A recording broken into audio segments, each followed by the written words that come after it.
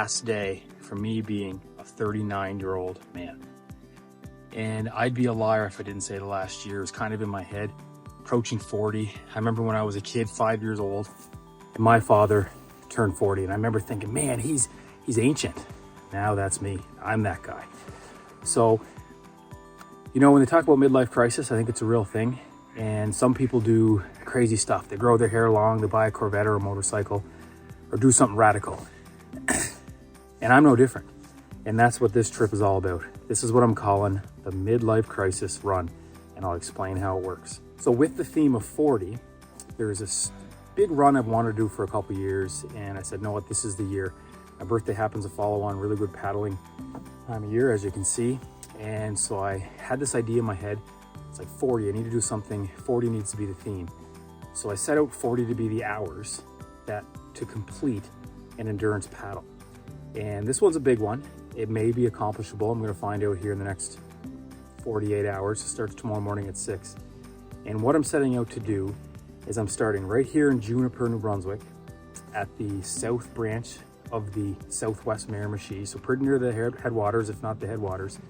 And the mission is tomorrow morning at 6 o'clock, I'm giving myself 40 hours to try to make it to Quarryville Bridge. Now I will be tenting out tomorrow night, but it's 170 kilometers and the river is up, which is great, but it's still a lot of time in a canoe.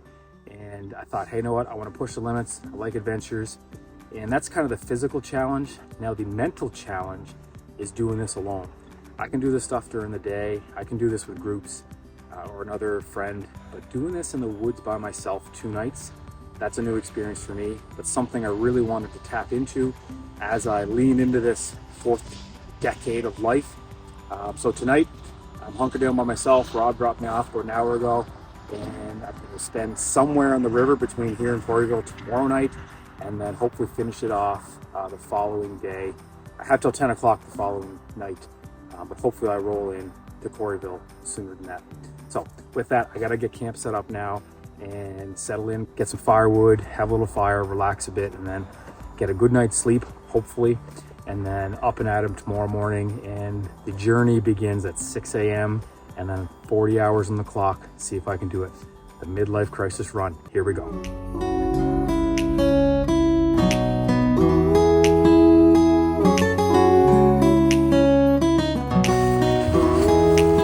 Okay, so got campsite pretty well dialed in. A couple finishing touches I'll do here before I go to bed, but I'll give you a little tour how things are set up for me. Shelter for tonight, 2-person tent. Like I said earlier in another video, you could go smaller, but this allows you to have more gear when you're rolling solo. So, sleeping pad, sleeping bag, that's what I'll wear, a long johns, long sleeve shirt. And then I'll throw some gear in here. I'm supposed to be getting some rain tonight. There's my book. That's the sleep setup. Got the camp chair, which I'll make a fire here shortly. Camp light, little cheap quick light. Canoe ready to roll in the morning. Canoe bag. So that has a waterproof liner. I'll put everything in there tonight because it's supposed to get a bit of rain. Anything I need that I don't need super quick access, I'll just have in there. My go bag, starting to get that rigged up for tomorrow for quick access food and gear. Lights, a couple quick bags. I'll pack them away before I go to bed. Then just a little quick ridge line. It's nice to get stuff off the ground. It's pretty damp over here. And I'll pack most of that away so it doesn't get wet tonight.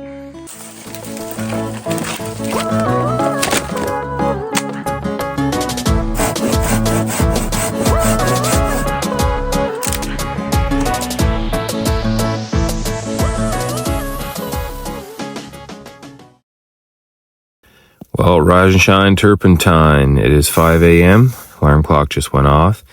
And I have to say, all in all, a pretty good night. Took me a while to settle and get to sleep. Had to read for a while. But once I got to sleep, it wasn't bad. With the exception of a bevy of bank beavers who are living right stones through, like right on cue. I don't know if you heard that. They are not happy with me camping here right in the middle of their bank beaverdom. Anyways, they were splashing all night. The first couple times, Prisoner gave me a heart attack. Just splash right outside the tent. I was like, what the heck's that? Someone throwing rocks in the river. Anyways, yeah, there they go. They're just going nonstop. But once I got over that, I actually slept right through to my alarm clock, which is not usually the case. So still pretty pitch black. Gonna just start slowly packing up here in the dark, get a fire going, and then be ready to roll at 6. Then the journey begins. There comes our good friend the bank beaver.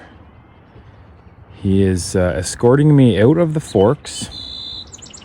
Nice guy. A little loud at nighttime, in the morning. I don't think he's happy with my presence, so I'm just gonna get out of here soon and let him be. He can go on to his beavering. So time has come. It is 6:30, a little bit later than I anticipated, but is what it is. All packed up, boats loaded, and I am sitting at the exact center point of the forks of the Southwest Miramichi. To the right of me, my river right, we have the south branch of the Southwest Miramichi, and to my left, the north branch of the Southwest Miramichi. And it's go time. I have until tomorrow night at 10:30, if my math is correct. That is 40 hours to complete this mission. Today's goal is to hit Doketown. We'll see how it goes. Water's pushing good, but I'll know here within the first hour if that's even going to be accomplishable. Game on.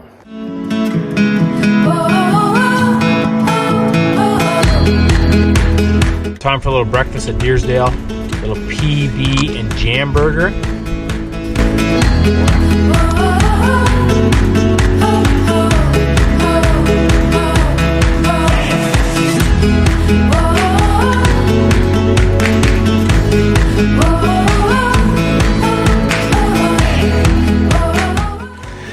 Something really handy to have on a canoe trip, especially a bigger one like this, is a map. And I have it on my Garmin and my phone, but I gotta take it out and look it up. Here I can just follow along as I'm going. Just when I went through those rapids, I'm like, okay, Louis Rapids coming up.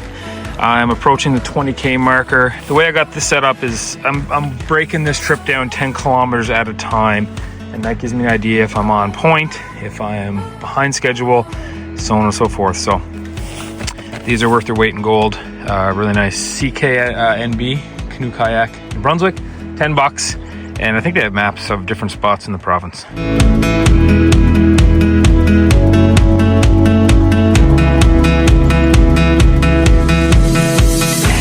Okay, according to the map, got a nice, pretty long stretch of rapids. I don't think they're anything wild, but it'll at least pick up the pace. Pretty slow this last stretch, and then I got a bit of a headwind, so this will be a nice change up.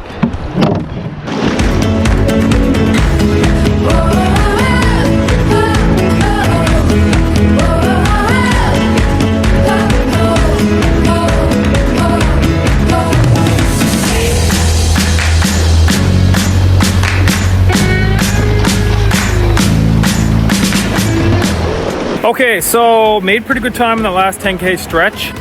This is the biggest feature on the run, the Burnt Hill Rapids. It does not look like much here, but trust me, it's pretty frothy.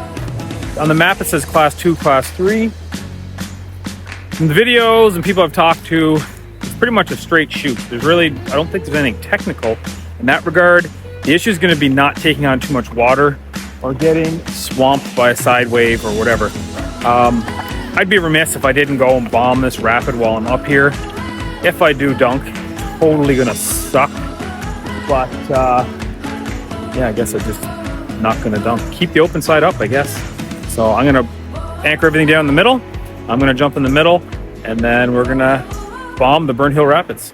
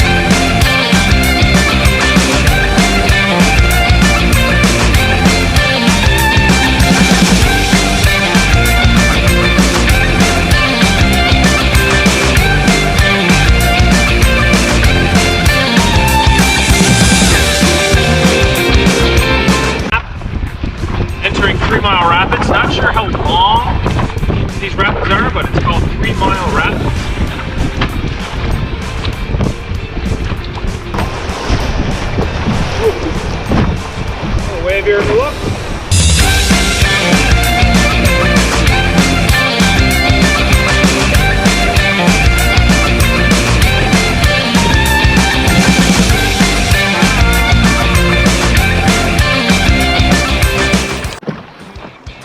Okay, so we're making hay now. The river has picked up significantly. I'm not paddling any harder. In fact, probably paddling a little bit less. But the last 10 kilometers, we're rolling up on Upper Birch Island, right in front of me. And that's a 60K mark. Okay, verified. That right there is Upper Birch Island. This is 60 kilometers, showing 61 actually on my Strava tracker. And I just looked on the map. Right up there, unfortunately I don't have the time to check it out. Fallsbrook Falls is a very short walk up there. I believe Fallsbrook is the one that's the biggest waterfalls in New Brunswick. Beautiful, I've seen pictures, I know friends that have been there.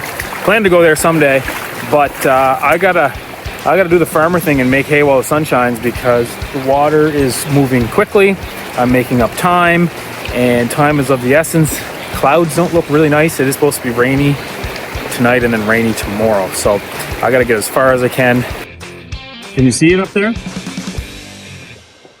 Tucked up on the bluff. Nice little lookout of the mighty Miramichi. We have civilization, folks. I believe this is Haystown. Hayesville. My bad. To you Hayvillians. Okay, so it's almost go time. Get back on the river. Just fueled up. Ate the rest of my day snacks. My last peanut butter and jam burger. And that's it. So my next meal is going to be buttered chicken when I get to the campsite. So I can't wait for that. But as they say in Hayesville, gotta make hay when the sun shines. Translation into paddling. Gotta get paddling while the river's moving. So it ain't over yet. Let's see how far I can get in the next two hours minimum, maybe 3. We'll see how it goes.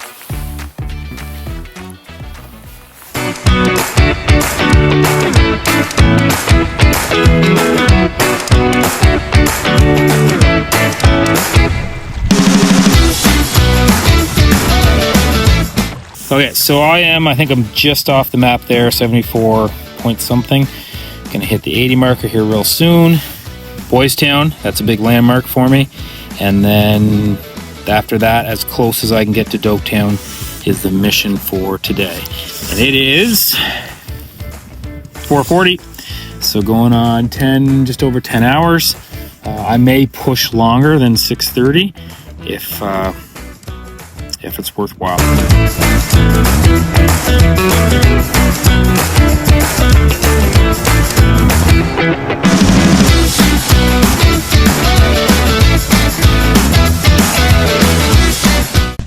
That's a wrap for today, folks, with a total of 93 kilometers. 12 hours, 17 minutes. Close. It's about 4 kilometers to the Priceville Bridge, but I'd marked this Crown Land spot, so I think I can find a flat spot, set up camp, and yeah, get ready for tomorrow. What a day. I've been waiting to crack into this since I made it back in the winter. Oh, it's gonna be good. So dump all the dried contents in, dehydrated buttered chicken, add water. You just want it to basically barely cover it. Let it bubble for 5 minutes. I guess it just speeds up the process, and I didn't filter the water, so it'll make sure it kills anything in the water. And then pour it back in here, and then let it set for 20 minutes, and then ding, supper is ready. If I can do this while recording and pouring it into the bag without making a mess. Eek. Oh god.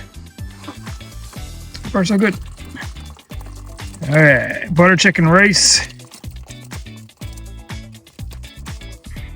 There. Yeah. Well, good news is butter chicken is finished.